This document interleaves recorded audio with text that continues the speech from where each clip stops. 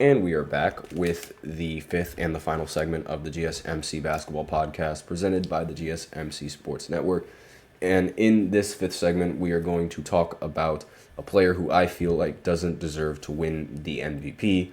And I said in the last segment that the year was 1973. And the 1973 winner of the MVP was a man named Dave Cowens. So Dave Cowens was a player for the Boston Celtics, and he played I believe it was the center position for the Boston Celtics. Now I'm going to go ahead and just recheck his stats just to make sure that I got them right. Okay, so he played all 82 games in the season where he won the MVP. He was also able to rack up so many. He played center in the NBA. That was his position that he was listed. So excuse me on that. But aside from that, again, he's the center for the Boston Celtics, and excuse me. I did say I was sick, but aside from that, played for the Celtics. I already said that.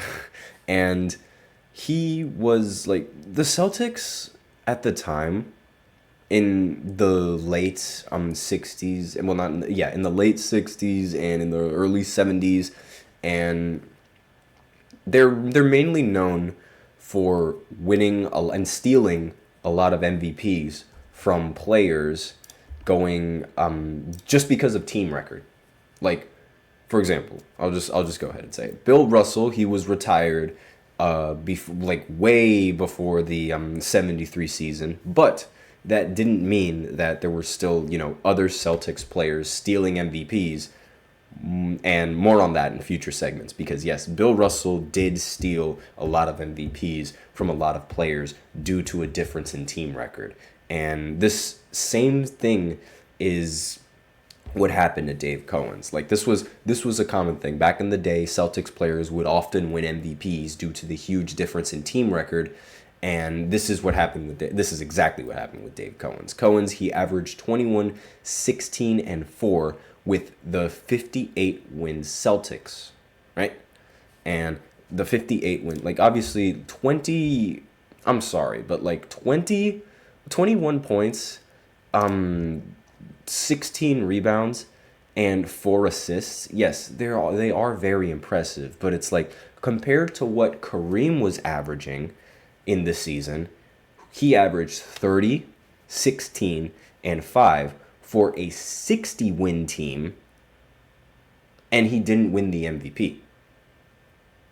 So I don't think there is a single argument for Cowens winning the MVP over Kareem in this instance. And to make matters even worse for Dave Cowens, he probably wasn't even the best player on his team at the time. Shout out to John Havlicek.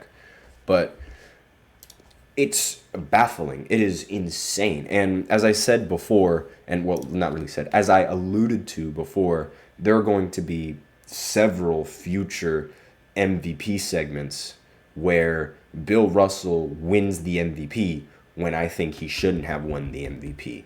Like, there are a lot of those MVPs. And this is think of this as a little bit of a trailer of the kind of MVPs that you're going to see going into these earlier NBA seasons. Like, there would be times when a player would downright average better everything than a player that won the MVP, but still wouldn't get rewarded with the MVP due to a difference in team record.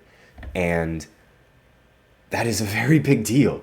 Like, the amount of MVPs that Bill Russell had shouldn't have been his. I'm sorry, they should not have been his. But because his team was the best in the league, that was the reason why he was selected. And really, what comes as shocking to me over here is how, Kareem, he was averaging 30, which is 9 points better than Cowens' 21, averaging 16, the same, averaging 5, which is better than Cowens' 4, and winning 2 more games than the Celtics, Yet still, the Celtics were able to get Dave Cohen's for the Celtics was able to get the MVP, which literally there's no argument for Cohen's. I cannot legitimately think of any kind of argument that Dave Cohen should get for winning this MVP over somebody like Kareem Abdul-Jabbar. Now, one of you guys might in the comments, they might be smart and just argue, oh well, you said,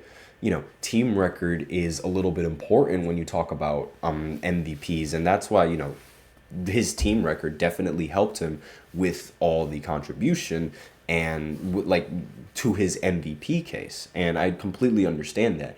But you only really the record is only important when you're talking about good players playing for good teams, right? Like that's when you have to bring up that debate.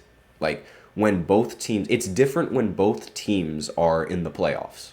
When you're talking about team record and a player in the MVP, it's completely different because I, in good conscience, cannot pick an MVP who did not make it to the postseason. Like you just simply cannot do that. He has to be in the postseason. And if the MVP candidate is in the postseason, along with someone else who's competing for the MVP, that's when you use team record to justify who brings more value with their stats, as well as who gets the better stats. And that's like the reason why. And like, maybe that argument would have been valid, like the previous argument that I just said, if Kareem didn't win more games for his team than Cohen's, which, like, again, still completely baffling to me. Let me know in the comments what you guys think of it. It's a much shorter segment because I genuinely cannot think of anything else to say aside from Kareem averaged more points, Kareem averaged the same rebounds, Kareem averaged more assists, Kareem was able to get more wins, but still wasn't able to get the MVP. And that's basically summing up the entire thing. Oh, and Dave Cohen's wasn't even the best player on his team. And like that's the synopsis of the whole MVP. Like and it genuinely doesn't make any sense how Cohen's even won. But let me know in the comments what you guys think. Do you think that it was deserved? Are you guys just as baffled as me that Kareem got better stats in basically every single category and wasn't even awarded with the MVP? Let me know what you guys think. But we are out of time for this podcast. So thank you so much for tuning in to the GSMC Basketball Podcast presented by the GSMC Sports Network. Your support means a lot to us, so remember to subscribe to the show, leave a positive review. It really makes a difference. We also invite you to follow us on Facebook, Twitter, TikTok, and Instagram for more content and updates. And we'd love to hear what you guys have to say during the show. And if you guys have a burning question, hot take, something you've been wanting to say, we're all ears. And why not just think about using Super Chat? This show is all about keeping the conversation going. If you use Super Chat, then your chat is definitely going to appear on the next show. It's also a great way to support our channel.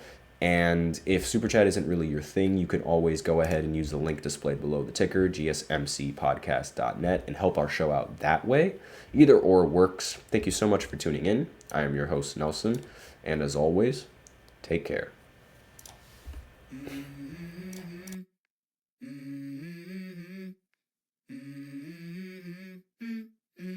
Let's go.